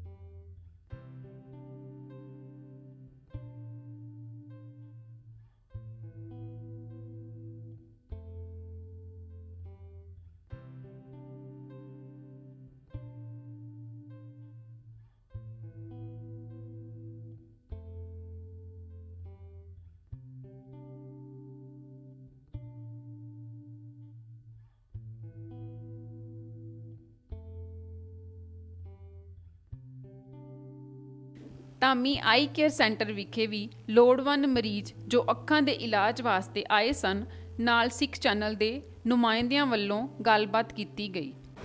ਵੀ ਜੀ ਸਤਿ ਸ੍ਰੀ ਅਕਾਲ ਜੀ। ਸਤਿ ਸ੍ਰੀ ਅਕਾਲ ਵੀ ਜੀ। ਜੀ ਕੀ ਨਾਮ ਆਪਣਾ ਜੀ? ਮੇਰਾ ਨਾਮ ਸਰਲਾ ਦੇਵੀ, ਠੀਕ ਹੈ। ਵੀ ਜੀ ਕਿੱਥੋਂ ਆਏ ਜੀ ਤੁਸੀਂ? ਖਨਿਆਣ ਪਿੰਡ ਤੋਂ ਬੇਟਾ। ਵੀ ਜੀ ਤੁਸੀਂ ਵੀ ਇਸੇ ਕੈਂਪ ਦੇ ਵਿੱਚ ਆਏ ਜੀ? ਹਾਂਜੀ, ਇਸੇ ਕੈਂਪ 'ਚ ਆਏ ਸੀ। ਅੱਛਾ। ਵੀ ਜੀ ਤੁਸੀਂ ਇਸ ਤੋਂ ਪਹਿਲਾਂ ਅੱਖਾਂ ਕਿੱਥੇ ਚੈੱਕ ਕਰਵਾਈਆਂ ਸੀ ਕੈਂਪ ਦੀਆਂ? ਪਿੰਡ ਕਰਵਾਈਆਂ ਸੀ, ਖਨਿਆਣੇ ਕੈਂਪ ਅੱਛਾ। ਲੱਗਿਆ ਤੇ ਸੀ। ਵੀ ਜੀ ਤੁਹਾਨੂੰ ਕਿਸ ਤਰ੍ਹਾਂ ਦਾ ਲੱਗਾ ਕੈਂਪ ਦੇ ਬਹੁਤ ਵਿੱਚ? ਵਧੀਆ ਬੇਟੇ, ਬਹੁਤ ਅੱਛੀ ਗੱਲ ਹੈ ਇਹ ਤਾਂ। ਠੀਕ ਹੈ। ਵੀ ਜੀ ਫਿਰ ਕੀ ਪ੍ਰੋਬਲਮ ਦੱਸੀ ਤੁਹਾਨੂੰ ਡਾਕਟਰ ਸਾਹਿਬ ਨੇ ਅੱਖਾਂ ਦੀ? ਮੈਂ ਦੱਸਿਆ ਵੀ ਅੱਖ ਦੇ ਵਿੱਚ ਵੀ ਲੈਂਚ ਪਾ ਦਈਏ, ਮੈਂ ਕਿਹਾ ਅੱਛਾ ਬੇਟਾ ਪਾ ਦਿਓ। ਅੱਛਾ। ਤੇ ਵੀ ਜੀ ਕਿੰਨੀ ਪ੍ਰੋਬਲਮ ਸੀ ਤੁਹਾਨੂੰ? ਬਿਲਕੁਲ ਨਜ਼ਰ ਬੰਦ ਹੋ ਹਾਂ, ਗਈ ਹੁਣ ਸੀ? ਬੰਦ ਹੋ ਗਈ ਸੀ ਬੇਟਾ, ਪਛਾਣਿਆ ਨਹੀਂ ਸੀ ਜਾਂਦਾ। ਅੱਛਾ। ਹਾਂ। ਤੇ ਵੀ ਜੀ ਅੱਜ ਫਿਰ ਇੱਥੇ ਤੁਸੀਂ ਕਿਸ ਸੰਬੰਧ ਵਿੱਚ ਆਏ ਜੀ? ਇਸੇ ਵਿੱਚ ਆਏ ਆ ਵੀ ਕਲੱਬ ਵਾਲਿਆਂ ਨੇ ਗੱਡੀਆਂ 'ਚ ਲਿਆਂਦੇ ਆ, ਅੱਛਾ ਇੱਥੇ ਜੀ। ਕੈਂਪ ਲੱਗਿਆ ਸੀ ਸਾਡੇ ਪਿੰਡ। ਅੱਛਾ। ਹਾਂਜੀ, ਤੇ ਬਹੁਤ ਵੀ ਜੀ ਵਧੀਆ ਲੱਗਿਆ। ਲਿਆਉਣ ਦੀ ਤੇ ਛੱਡਣ ਦੀ ਵੀ ਸੇਵਾ ਇਹਨਾਂ ਨੇ ਕੀਤੀ ਹੈ ਇਹਨਾਂ ਜੀ? ਦੀ ਕੀਤੀ ਹੈ, ਇਹਨਾਂ ਦੀ ਗੱਡੀ 'ਚ ਆਏ ਆ, ਇਹਨਾਂ ਦੀ ਉਹ ਸੇਵਾ ਹੈ। ਅੱਛਾ ਜੀ। ਤੇ ਹਾਂਜੀ। ਵੀ ਜੀ ਤੁਹਾਡੇ ਵੱਲੋਂ ਕੀ ਅਸੀਸ ਹੈ ਜੀ ਇਹਨਾਂ ਨੂੰ? ਇਹਨਾਂ ਨੂੰ ਬਹੁਤ ਅੱਛਾ ਧੰਨਵਾਦ ਕਰੋ ਇਹਨਾਂ ਦਾ। ਗੁਰੂ ਸਾਹਿਬ ਇਹਨਾਂ ਦੀ ਚੜ੍ਹਦੀ ਕਲਾ ਹਾਂ। ਬਖਸ਼ਣ। ਬਹੁਤ ਬਹੁਤ ਧੰਨਵਾਦ ਤੁਹਾਡਾ ਵੀ ਜੀ। ਬਾਪੂ ਜੀ ਕੀ ਨਾਂ ਜੀ ਆਪਣਾ? ਮੈਨੂੰ ਹਰਪਾਲ ਸਿੰਘ ਆ ਜੀ। ਇਹ ਬਾਪੂ ਜੀ ਕਿੱਥੋਂ ਆਏ ਜੀ ਤੁਸੀਂ? ਮੰਡੀ ਗਵਨੀਗੜ੍ਹ ਤੋਂ ਮੈਨੂੰ ਦੋਸਤ ਨੇ ਦੱਸਿਆ ਤਾ ਜੀ ਅੱਛਾ ਜੀ। ਵੀ ਕਲਿਆਣ ਕੈਂਪ ਲੱਗਣਾ ਜੀ। ਅੱਛਾ ਜੀ। ਉਸ ਤੋਂ ਬਾਅਦ ਡਾਕਟਰਾਂ ਨੇ ਚੈੱਕ ਕਰਿਆ ਜੀ, ਉਹ ਕਹਿੰਦੇ ਜੀ ਆਪਰੇਸ਼ਨ ਹੋਊਗਾ ਜੀ। ਅੱਛਾ ਜੀ। ਉਸ ਤੋਂ ਬਾਅਦ ਉਹਨੇ ਮਸ਼ੀਨਾਂ ਨਾਲ ਚੈੱਕ ਕਰਿਆ, ਡਾਕਟਰ ਸਾਹਿਬ ਨੇ ਕਹਿੰਦੇ ਆਪਰੇਸ਼ਨ ਹੋਊ ਫੇਰ ਦੁਬਾਰੇ ਇਹ ਹੋਊਗਾ ਜੀ। ਠੀਕ। ਬਾਪੂ ਜੀ ਉਸ ਕੈਂਪ 'ਚ ਤੁਹਾਨੂੰ ਸਾਰਾ ਕਿਸ ਤਰ੍ਹਾਂ ਦਾ ਮਾਹੌਲ ਦਿਖਿਆ? ਬਹੁਤ ਵਧੀਆ ਜੀ, ਖਾਣਾ ਪੀਣਾ ਦਾ ਕੋਈ ਪ੍ਰਬੰਧ ਤਾਂ ਸਭ ਕੁਛ ਹੀ। ਠੀਕ ਹੈ ਜੀ। ਹਾਂ। ਤੇ ਬਾਪੂ ਜੀ ਫਿਰ ਤੁਹਾਨੂੰ ਡਾਕਟਰ ਸਾਹਿਬ ਨੇ ਕੀ ਸਲਾਹ ਦਿੱਤੀ ਤੁਹਾਡੀ ਅੱਖ ਬਾਰੇ ਉਹ ਜੀ? ਕਹਿੰਦੇ ਜੀ ਇਹ ਆਪਰੇਸ਼ਨ ਹੋਊਗਾ ਜੀ। ਠੀਕ ਹੈ। ਅੱਜ ਬਾਪੂ ਜੀ ਫਿਰ ਤੁਸੀਂ ਅੱਜ- ਇੱਥੇ ਆਪਰੇਟ ਵਾਸਤੇ ਆਏ ਜੀ? ਹਾਂਜੀ ਹਾਂਜੀ, ਤੇ ਅੱਜ ਇੱਥੇ ਦਾ ਤੁਹਾਨੂੰ ਕਿਸ ਤਰ੍ਹਾਂ ਦਾ ਮਾਹੌਲ ਲੱਗਾ? ਇੱਥੇ ਦਾ ਸਹਿਯੋਗ ਦਾ, ਇੱਥੇ ਦੇ ਸਟਾਫ ਇਹ ਦਾ? ਬਹੁਤ ਵਧੀਆ ਜੀ, ਮੇਲ ਜੋਗ ਆ। ਇਹ ਕਿਹਨੇ ਆਪਰੇਸ਼ਨ ਕਰਾਇਆ, ਇਹਨਾਂ ਨੇ ਆਪਰੇਸ਼ਨ ਕਰਾਇਆ ਨਾ, ਉਹਨਾਂ ਦਾ ਬਹੁਤ ਮੇਲ ਜੋਗ ਹੈ। ਤੇ ਤੁਹਾਡੀਆਂ ਅਸੀਸਾਂ ਨੇ ਉਹਨਾਂ ਨੂੰ। ਹਾਂਜੀ ਤੇ ਗੁਰੂ ਸਾਹਿਬ ਉਹਨਾਂ ਨੂੰ ਹੋਰ ਚੜ੍ਹਦੀ ਕਲਾ ਬਖਸ਼ਣ, ਹਾਂਜੀ, ਹਾਂਜੀ। ਤਾਂ ਕਿ ਹੋਰ ਜ਼ਰੂਰਤਮੰਦ ਦੇ ਲੋਕਾਂ ਦਾ ਹਾਂਜੀ। ਇਲਾਜ ਹੋ ਸਕੇ। ਬਾਪੂ ਜੀ ਸਤਿ ਸ੍ਰੀ ਅਕਾਲ ਜੀ। ਸਤਿ ਸ੍ਰੀ ਅਕਾਲ ਪੁੱਤਰ। ਬਾਪੂ ਜੀ ਕੀ ਨਾਂ ਜੀ ਆਪਣਾ? ਮੇਰਾ ਨਾਮ ਸੰਤ ਰਾਮ ਜੀ, ਬਾਪੂ ਜੀ ਕਿਹੜੇ ਪਿੰਡ ਤੋਂ ਆਏ ਆਪਾਂ? ਘੁੰਮਣਾ ਤੇ ਜੀ। ਘੁੰਮਣਾ ਤੋਂ ਆਏ। ਬਾਪੂ ਜੀ ਤੁਹਾਨੂੰ ਕੈਂਪ ਬਾਰੇ ਕਿੱਥੋਂ ਪਤਾ ਲੱਗਾ ਸੀ? ਸਾਨੂੰ ਖਨਿਆਣ ਤੇ ਹੀ ਪਤਾ ਲੱਗਿਆ ਸੀ ਜੀ। ਅੱਛਾ। ਬਾਪੂ ਜੀ ਤੁਹਾਡਾ ਕੀ ਸੁਝਾਅ ਨੇ ਕੈਂਪ ਬਾਰੇ? ਤੁਹਾਨੂੰ ਕਿਸ ਤਰ੍ਹਾਂ ਦਾ ਲੱਗਾ ਉੱਥੇ ਜਾ ਕੇ? ਬਹੁਤ ਵਧੀਆ ਲੱਗਿਆ ਜੀ। ਬਾਪੂ ਜੀ ਕੀ ਡਾਕਟਰ ਨਾਲ ਜਦੋਂ ਤੁਹਾਡਾ ਰਾਬਤਾ ਹੋਇਆ, ਤੁਸੀਂ ਆਪਣੀ ਅੱਖ ਚੈੱਕ ਕਰਾਈ ਹਾਂ ਤੇ ਜੀ। ਡਾਕਟਰ ਸਾਹਿਬ ਨੇ ਤੁਹਾਨੂੰ ਕੀ ਸੁਝਾਅ ਦਿੱਤਾ? ਕੀ ਗੱਲ ਸੀ ਤੁਹਾਡੀ ਨਜ਼ਰ ਨੂੰ ਜਾਂ ਅੱਖ ਨੂੰ? ਹਾਂ ਜੀ, ਕਹਿੰਦੇ ਠੀਕ ਹੋ ਜਾਊਗਾ ਵੀ ਤੁਸੀਂ ਉੱਥੇ ਕੰਪ ਚ ਆਓ ਜੀ। ਅੱਛਾ। ਤੇ ਇਹਦੇ ਠੀਕ ਕਰਨ ਵਾਸਤੇ ਆਪਰੇਸ਼ਨ ਕਰਨਾ ਪਊਗਾ ਜਾਂ ਕਿਸ ਚੀਜ਼ ਦੀ ਲੋੜ ਸੀ? ਆਪਰੇਸ਼ਨ ਕਰਨਾ ਪਊ ਜੀ। ਤੇ ਬਾਪੂ ਜੀ ਉਹ ਬਿਲਕੁਲ ਫ੍ਰੀ ਸੀ ਕੈਂਪ ਤੁਹਾਡੇ ਕੋਲ? ਕਿਸੇ ਨੇ ਕੋਈ ਕਿਸੇ ਕਿਸਮ ਦੇ ਕੋਈ ਪੈਸੇ ਤਾਂ ਨਹੀਂ ਲਏ? ਨਾ ਜੀ, ਪੈਸੇ ਕੋਈ ਅੱਛਾ, ਨਹੀਂ ਬਿਲਕੁਲ ਲਏ। ਫ੍ਰੀ ਸੀ ਜੀ। ਬਹੁਤ ਧੰਨਵਾਦ ਹੈ ਜੀ। ਠੀਕ ਹੈ ਜੀ। ਤੇ ਇਹ ਸਾਰਾ ਉਪਰਾਲਾ ਜਿਹੜਾ ਕੀਤਾ ਗਿਆ ਸੀ, ਇਹ ਕਿਹੜੇ ਵੀਰ ਜੀ ਸਨ ਜਿਹੜੇ ਤੁਹਾਨੂੰ ਸਾਰੇ ਗਾਈਡ ਕਰਦੇ ਸਨ ਤੇ ਉੱਥੇ ਦਾ ਉਹਨਾਂ ਨੇ ਸਾਰਾ ਕੀਤਾ? ਹਾਂ ਉਹਨਾਂ ਜੀ। ਬਾਰੇ ਕੁਝ ਪਤਾ ਤੁਹਾਨੂੰ ਜੀ? ਨਾ ਜੀ, ਖਨਿਆਣ ਦੇ ਹੀ ਬੰਦੇ ਸੀ ਜੀ। ਅੱਛਾ ਜੀ। ਇਹ ਸਾਰੇ। ਬੜੀ ਵੱਡੀ ਗੱਲ ਹੈ ਜੀ, ਸੇਵਾ ਹਾਂ ਜੀ। ਕਰਕੇ ਲੋਕ ਛੁਪ ਕੇ ਰਹਿੰਦੇ ਨੇ। ਹਾਂ ਜੀ। ਅੱਛਾ ਬਾਪੂ ਜੀ, ਅੱਜ ਇੱਥੇ ਫਿਰ ਆਪਣਾ ਆਪਰੇਸ਼ਨ ਹੈ ਜੀ? ਹਾਂ ਜੀ। ਠੀਕ ਹੈ ਜੀ। ਤੇ ਘਰੇ ਵੀ ਕੋਈ ਆਇਆ ਕਿ ਤੁਸੀਂ ਇਕੱਲੇ ਆਏ ਜੀ? ਨਾ ਜੀ, ਘਰ ਦੇ ਮੁੰਡਾ ਛੱਡ ਕੇ ਗਿਆ ਜੀ ਮੈਨੂੰ। ਅੱਛਾ ਅੱਛਾ। ਹਾਂ ਜੀ। ਤੇ ਇੱਥੇ ਦਾ ਤੁਹਾਨੂੰ ਤਾਲਮੇਲ ਕਿਸ ਤਰ੍ਹਾਂ ਦਾ ਲੱਗਾ ਇਸ ਤਰ੍ਹਾਂ ਸਾਰੇ ਦਾ ਸਟਾਫ? ਬਹੁਤ ਵਧੀਆ ਜੀ ਉਰੇ। ਅੱਛਾ ਜੀ। ਬਹੁਤ ਧੰਨਵਾਦ ਹੈ। ਮੈਂ ਤਾਂ ਕਹਿੰਦਾ ਪ੍ਰਮਾਤਮਾ ਚੜ੍ਹਦੀ ਕਲਾ ਰੱਖੇ। ਅਸੀਂ ਵੀ ਕਹਿੰਦੇ ਪ੍ਰਮਾਤਮਾ ਤੁਹਾਨੂੰ ਬਹੁਤ ਚੰਗੀ ਚੰਗੀ ਲੋ ਬਖਸ਼ੇ ਜੀ। ਸਿੱਖ ਹੈਲਪਿੰਗ ਹੈਂਡਸ ਵੱਲੋਂ ਸਰਦਾਰ ਅਮਰੀਕ ਸਿੰਘ ਖਨਿਆਣ ਨੇ ਸਿੱਖ ਚੈਨਲ ਨੂੰ ਦੱਸਿਆ। ਹੁਣ ਸਾਡੇ ਨਾਲ ਨੇ ਭਾਈ ਸਾਹਿਬ ਅਮਰੀਕ ਸਿੰਘ ਜੀ, ਸਿੱਖ ਹੈਲਪਿੰਗ ਹੈਂਡ ਵਾਲੇ, ਜਿਨ੍ਹਾਂ ਨੇ ਇਹ ਆਈਸ ਚੈਕਿੰਗ ਕੈਂਪ ਜਿਹੜਾ ਹੈ ਆਯੋਜਿਤ ਕੀਤਾ ਸੀ। ਸੋ ਆਓ ਇਹਨਾਂ ਨਾਲ ਕੁਝ ਵਿਚਾਰ ਸਾਂਝੇ ਕਰਦੇ ਹਾਂ ਇਸ ਕੈਂਪ ਬਾਰੇ। ਭਾਈ ਸਾਹਿਬ ਜੀ, ਵਾਹਿਗੁਰੂ ਜੀ ਕਾ ਖਾਲਸਾ, ਵਾਹਿਗੁਰੂ ਜੀ ਕੀ ਫਤਿਹ। ਆਪ ਜੀ ਨੂੰ ਜੀ ਆਇਆਂ ਜੀ। ਨਾਲੇ ਤੁਸੀਂ ਵਧਾਈ ਦੇ ਪਾਤਰ ਹੋ ਕਿ ਇਹ ਉਪਰਾਲਾ ਗੁਰੂ ਸਾਹਿਬ ਨੇ ਤੁਹਾਡੇ ਕੋਲ ਕਰਾਇਆ। ਇਹ ਫ੍ਰੀ ਮੈਡੀਕਲ ਕੈਂਪ ਜਿਹੜਾ ਤੁਸੀਂ ਅੱਖਾਂ ਦਾ ਰੱਖਿਆ ਸੀ ਜੀ, ਇਸ ਬਾਰੇ ਤੁਹਾਡੇ ਮਨ ਦੇ ਵਿੱਚ ਕਿਸ ਤਰ੍ਹਾਂ ਆਇਆ ਕਿ ਇਹ ਕੈਂਪ ਹੋਣਾ ਚਾਹੀਦਾ ਹੈ, ਜਾਂ ਕਿਸ ਤਰ੍ਹਾਂ ਤੁਸੀਂ ਇਹਨੂੰ ਸਾਰੀ ਰੂਪ ਰੇਖਾ ਜਿਹੜੀ ਇਸ ਦੀ ਬਣਾਈ? ਹਾਂ, ਬੜੇ ਛੋਟੇ ਭਾਈ ਸਾਹਿਬ ਗੁਰਮੀਤ ਸਿੰਘ ਖਨਿਆਣ ਜਰਮਨ ਤੋਂ, ਉਹ ਮੈਨੂੰ ਪੁੱਛਦੇ ਰਹਿੰਦੇ ਵੀ ਪਿੰਡ ਦੇ ਵਿੱਚ ਕਿਹੜੀ ਚੀਜ਼ ਦੀ ਜ਼ਰੂਰਤ ਆ ਵੀ ਕੋਈ ਇਹੋ ਜਿਹਾ ਕੰਮ ਕਰੇ, ਲੋੜਵੰਦਾਂ ਦਾ ਵਿੱਚ ਮਦਦ ਮਿਲੇ। ਤਾਂ ਫਿਰ ਮੈਂ ਇਹ ਸੋਚਿਆ, ਸਲਾਹ ਕਰਕੇ ਵੀ ਅੱਖਾਂ ਦਾ ਆਪਰੇਸ਼ਨ ਦਾ ਫ੍ਰੀ ਮੈਡੀਕਲ ਕੈਂਪ ਲਾਇਆ ਜਾਵੇ। ਤਾਂ ਉਹਨਾਂ ਨੇ ਮੈਨੂੰ ਕਿਹਾ ਵੀ ਚਲੋ ਠੀਕ ਹੈ, ਵੀ ਆਪਾਂ ਇਹ ਕੈਂਪ ਲਾਉਣੇ ਆ ਜੀ। ਬਿਲਕੁਲ ਦਰੁਸਤ ਗੱਲ ਹੈ ਜੀ। ਦੰਦ ਗਿਆ ਤੇ ਸਵਾਦ ਗਏ, ਅੱਖਾਂ ਗਈਆਂ ਤੇ ਜਹਾਨ ਗਿਆ। ਸੋ ਇਸ ਚੀਜ਼ ਨੂੰ ਮੁੱਖ ਰੱਖ ਕੇ ਵੀਰ ਜੀ ਹੁਣਾਂ ਨੇ ਸਿੱਖ ਹੈਲਪਿੰਗ ਹੈਂਡ, ਸਹਿਯੋਗੀ ਸੰਸਥਾ ਇਤਿਹਾਸ, ਉਹਨਾਂ ਦੇ ਸਹਿਯੋਗ ਨਾਲ ਇਹ ਕੈਂਪ ਆਯੋਜਿਤ ਕੀਤਾ ਗਿਆ ਵੀਰ ਜੀ ਇਸ ਕੈਂਪ ਦੇ ਵਿੱਚ ਕਿੰਨੇ ਕੁ ਮਰੀਜ਼ ਜਿਹੜੇ ਆ ਡਾਕਟਰ ਨੇ ਚੈੱਕ ਕੀਤੇ ਜੀ? ਕੁੱਲ 601 ਮਰੀਜ਼ ਦੀ ਚੈੱਕਅਪ ਹੋਈ ਕਰੀ ਹੈ ਤੇ 133 ਮਰੀਜ਼ ਇਹੋ ਜਿਹੇ ਜਿਨ੍ਹਾਂ ਦੇ ਆਪਰੇਸ਼ਨ ਹੋਣੇ ਆ ਜਾਂ ਲੈਂਜ ਪਾਏ ਜਾਣੇ ਆ। ਜੀ ਤੁਹਾਨੂੰ ਇਸ ਕੈਂਪ ਨੂੰ ਸਾਰਾ ਆਯੋਜਿਤ ਕਰਨ ਵਾਸਤੇ ਕਈ ਕਿਸਮ ਦੀਆਂ ਮੁਸ਼ਕਲਾਂ ਜਾਂ ਪਰੇਸ਼ਾਨੀਆਂ ਆਈਆਂ ਹੋਣਗੀਆਂ, ਉਹਨਾਂ ਬਾਰੇ ਕੁਝ ਵਿਚਾਰ?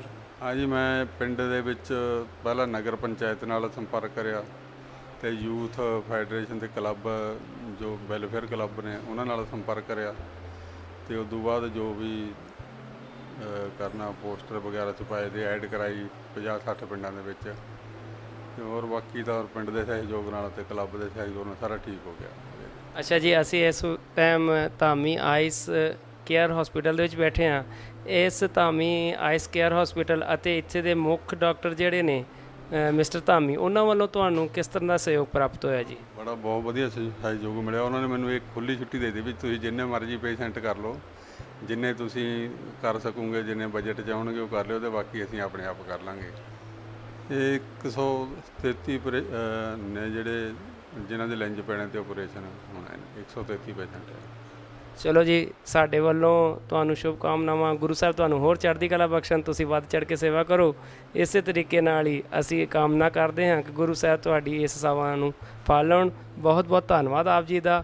ਧਾਮੀ ਆਈ ਕੇਅਰ ਸੈਂਟਰ ਦੇ ਡਾਇਰੈਕਟਰ ਡਾਕਟਰ GS ਧਾਮੀ ਨੇ ਸਿੱਖ ਚੈਨਲ ਦੇ ਨੁਮਾਇੰਦੇ ਨੂੰ ਇਸ ਕੈਂਪ ਬਾਰੇ ਵਿਚਾਰ ਸਾਂਝੇ ਕਰਦਿਆਂ ਦੱਸਿਆ ਕਿ ਇਹ ਇੱਕ ਬਹੁਤ ਹੀ ਸਾਰਥਕ ਉਪਰਾਲਾ ਹੈ। ਹੁਣ ਸਾਡੀ ਅਗਲੀ ਮੁਲਾਕਾਤ ਗੁਰਵਿੰਦਰ ਸਿੰਘ ਜੀ ਧਾਮੀ, ਜੋ ਕਿ ਡਾਇਰੈਕਟਰ ਨੇ ਧਾਮੀ ਇੰਸਟੀਟਿਊਟ ਦੇ ਆਈਸ ਕੇਅਰ ਹਸਪੀਟਲ ਦੇ। ਸੋ ਇਹਨਾਂ ਦੇ ਸਹਿਯੋਗ ਦੇ ਨਾਲ ਸਿੱਖ ਹੈਲਪਿੰਗ ਹੈਂਡ ਅਤੇ ਇਤਿਹਾਸ ਸੰਸਥਾ ਨੇ ਜੋ ਫ੍ਰੀ ਮੈਡੀਕਲ ਕੈਂਪ ਲਗਾਇਆ ਸੀ, ਉਹਨਾਂ ਬਾਰੇ ਅਸੀਂ ਇਹਨਾਂ ਦੇ ਅਤੀ ਧੰਨਵਾਦੀ ਹਾਂ ਅਤੇ ਨਾਲ ਹੀ ਬੇਨਤੀ ਕਰਦੇ ਹਾਂ ਆਪ ਜੀ ਦਾ ਡਾਕਟਰ ਸਾਹਿਬ ਉੱਥੇ ਕਿਸ ਤਰੀਕੇ ਦਾ ਜਿਹੜਾ ਉਹ ਐਕਸਪੀਰੀਅੰਸ ਰਿਹਾ, ਤੁਸੀਂ ਸ਼ੇਅਰ ਕਰੋ ਸਾਡੀਆਂ ਸੰਗਤਾਂ ਨਾਲ।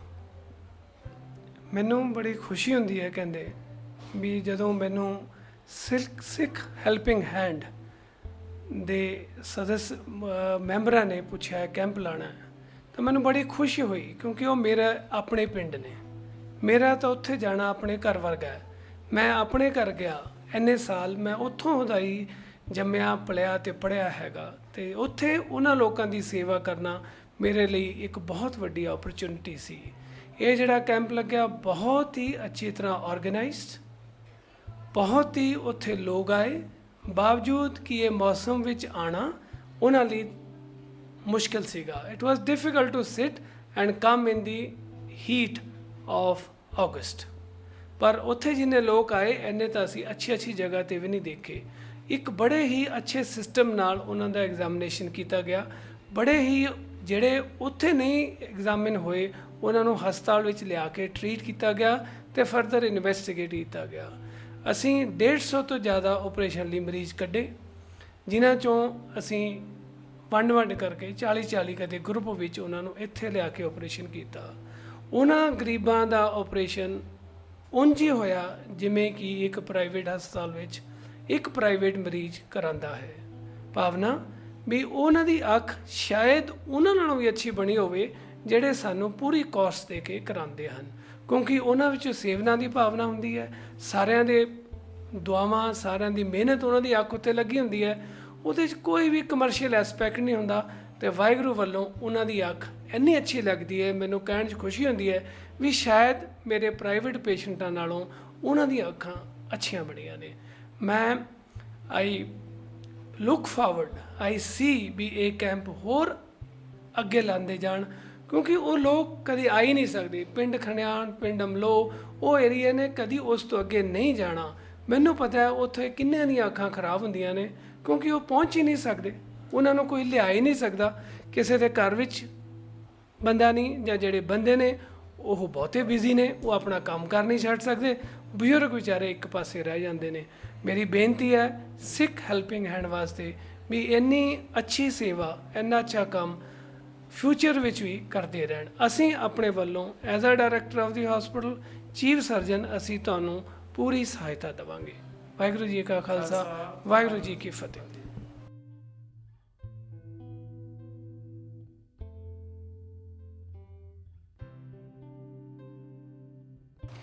ਅੰਤ ਵਿੱਚ ਇਸ ਕੈਂਪ ਦੀ ਕਾਮਯਾਬੀ ਬਾਰੇ ਸਿੱਖ ਚੈਨਲ ਨਾਲ ਵਿਚਾਰ ਸਾਂਝੇ ਕਰਦਿਆਂ ਸੰਸਥਾ ਇਤਿਹਾਸ ਦੇ ਡਾਇਰੈਕਟਰ ਸਾਹਿਬਾਨ ਨੇ ਕਿਹਾ, ਹਾਂਜੀ ਮਨਮੀਤ, ਅਖੀਰ ਦੇ ਵਿੱਚ ਤਾਂ ਮੈਂ ਸਾਰੇ ਸਿੱਖ ਚੈਨਲ ਨਾਲ ਜੁੜੇ ਹੋਏ ਦਰਸ਼ਕਾਂ ਦੇ ਨਾਲ ਇਹੀ ਗੱਲ ਕਰਨਾ ਚਾਹੁੰਦਾ ਹਾਂ ਕਿ ਜਿਹੜਾ ਸਿੱਖ ਧਰਮ ਦਾ ਜਿਹੜਾ ਮੂਲ ਸਿਧਾਂਤ ਹੈ, ਜਿਸ ਨੂੰ ਅਸੀਂ ਕਹਿ ਸਕਦੇ ਹਾਂ ਕਿ ਪਹਿਲੇ ਸਿੱਖ ਰਾਜ ਦੇ ਸਮੇਂ ਕੌਮ ਦੀ ਮਾਨਸਿਕਤਾ ਦੇ ਵਿੱਚ ਸੰਕਲਪ ਰੂਪ 'ਚ ਉੱਭਰਿਆ ਹੈ, ਜਿਸ ਨੂੰ ਅਸੀਂ ਦੇਗ ਔਰ ਤੇਗ ਦੀ ਗੱਲ ਕਰਦੇ ਹਾਂ, ਜੋ ਬਾਬਾ ਬੰਦਾ ਸਿੰਘ ਬਹਾਦਰ ਨੇ ਆਪਣੀ ਮੋਹਰ ਦੇ ਉੱਪਰ ਲਿਖਿਆ ਸੀ, ਦੇਗ ਤੇਗ ਫਤਿਹ ਨੁਸਰਤ ਬੇਦਰੰਗ ਯਾਫਤ ਅਜ ਨਾਨਕ ਗੁਰੂ ਗੋਬਿੰਦ ਸਿੰਘ। ਉਹ ਜਿਹੜਾ ਦੇਗ ਔਰ ਤੇਗ ਦਾ ਸੰਕਲਪ ਹੈ, ਉਹਨੂੰ ਅਸੀਂ ਕੇਵਲ ਇੱਕ ਭਾਂਡੇ ਜਾਂ ਇੱਕ ਕਿਰਪਾਨ ਦੇ ਰੂਪ 'ਚ ਨਾ ਰਹੀਏ ਕਿ ਦੇਗ ਇੱਕ ਭਾਂਡਾ ਹੈ ਤੇ ਕਿਰਪਾਨ ਜਿਹੜੀ ਤੇਗ ਹੈ। ਨਹੀਂ, ਉਹਦੇ ਵਿੱਚ ਸਮੁੱਚੀ ਇਕੋਨਮੀ ਔਰ ਸੋਸ਼ੀਓ ਪੋਲੀਟੀਕਲ ਸਿਸਟਮ ਦੀ ਗੱਲ ਹੈ ਕਿ ਦੇਗ ਦੇ ਨਾਲ ਅਸੀਂ ਸਮੁੱਚੀ ਮਨੁੱਖਤਾ ਦਾ ਜਿਹੜਾ ਸੋਸ਼ੀਓ ਔਰ ਇਕਨੋਮਿਕ ਸਿਸਟਮ ਹੈ ਉਹਨੂੰ ਉਭਾਰਨਾ ਹੈ, ਅਸੀਂ ਆਰਥਿਕ ਪੱਧਰ ਉਧਾਰਨਾ ਹੈ ਔਰ ਲੋਕਾਂ ਦੀ ਸੇਵਾ ਕਰਨੀ ਹੈ। ਦੂਸਰੇ ਪਾਸੇ ਜਿਹੜੀ ਅਸੀਂ ਤੇਗ ਦੀ ਗੱਲ ਕਰਦੇ ਹਾਂ, ਉਹ ਸਾਡਾ ਪੋਲੀਟੀਕਲ ਨਿਸ਼ਾਨਾ ਜਾਂ ਪੋਲੀਟੀਕਲ ਦਾਇਰੇ ਦੀ ਗੱਲ ਹੈ। ਸੋ ਉਹਦੇ ਵਿੱਚ ਅਸੀਂ ਇਹ ਕਰਨਾ ਹੈ ਕਿ ਪੋਲੀਟੀਕਲੀ ਅਸੀਂ ਆਪਣੇ ਰਾਜਨੀਤਿਕ ਖੇਤਰ ਕਿਵੇਂ ਨਿਰਧਾਰਿਤ ਕਰਦੇ ਹਾਂ ਤੇ ਉਸ ਰਾਜਨੀਤਿਕ ਖੇਤਰ ਨਿਰਧਾਰਿਤ ਕਰਦਿਆਂ ਸਾਡੇ ਜਿਹੜੇ ਨਿਸ਼ਾਨੇ ਨੇ ਉਹਨਾਂ ਦੀ ਪ੍ਰਾਪਤੀ ਦੇ ਸਾਧਨ ਕੀ ਹੁੰਦੇ ਨੇ। ਸੋ ਦੇਗ ਔਰ ਤੇਗ ਦਾ ਜਿਹੜਾ ਇਹ ਸੰਕਲਪ ਹੈ, ਇਹਦੇ ਵਿੱਚ ਮੈਂ ਇਹੀ ਤੁਹਾਨੂੰ ਅਖੀਰ ਦੇ ਵਿੱਚ ਕਹਿਣਾ ਚਾਹਾਂਗਾ ਕਿ ਆਰਥਿਕ, ਰਾਜਨੀਤਿਕ ਔਰ ਸਮਾਜ ਸੁਧਾਰ ਦੀ ਜਿਹੜੀ ਗੱਲ ਕਰਨੀ ਹੈ, ਉਹ ਸਿੱਖ ਧਰਮ ਦੇ ਵਿੱਚ ਦੇਗ ਔਰ ਤੇਗ ਦੇ ਰੂਪ ਦੇ ਵਿੱਚ ਪ੍ਰਕਾਸ਼ਮਾਨ ਹੈ। ਔਰ ਸੰਸਥਾ ਇਤਿਹਾਸ ਦਾ ਨਿਸ਼ਾਨਾ ਜਿੱਥੇ ਆਪਣੇ ਇਤਿਹਾਸ ਦੀ ਸੇਵਾ ਕਰਨਾ ਹੈ, ਉੱਥੇ ਸਾਡੀ ਸਹਿਯੋਗੀ ਸੰਸਥਾ ਸਿੱਖ ਹੈਲਪਿੰਗ ਹੈਂਡਸ ਦਾ ਨਿਸ਼ਾਨਾ ਦੇਗ ਦੇ ਰੂਪ ਦੇ ਵਿੱਚ, ਜਿਹਨੂੰ ਅਸੀਂ ਕਹਿ ਸਕਦੇ ਹਾਂ ਕਿ ਸੋਸ਼ਲ ਔਰ ਇਕੋਨਮੀ, ਜਿਹੜਾ ਇਹ ਸੋਸ਼ੀਓ ਇਕੋਨੋਮਿਕਲ ਸਿਸਟਮ ਹੈ, ਉਹਦੇ ਵਿੱਚ ਅਸੀਂ ਆਰਥਿਕ ਤੌਰ 'ਤੇ ਲੋਕਾਂ ਦੀ ਮਦਦ ਕਿਵੇਂ ਕਰਨੀ ਹੈ ਤੇ ਉਹਨਾਂ ਦੀਆਂ ਸਮੱਸਿਆਵਾਂ ਨੂੰ ਕਿਵੇਂ ਸਮਝਣਾ ਹੈ, ਇਹੀ ਸਾਡਾ ਨਿਸ਼ਾਨਾ ਹੈ। ਅੰਤ ਦੇ ਵਿੱਚ ਸਾਰੇ ਦਰਸ਼ਕਾਂ ਦੇ ਨਾਲ ਫਤਿਹ ਦੀ ਸਾਂਝ। ਵਾਹਿਗੁਰੂ ਜੀ ਕਾ ਖਾਲਸਾ, ਵਾਹਿਗੁਰੂ ਜੀ ਕੀ ਫਤਿਹ।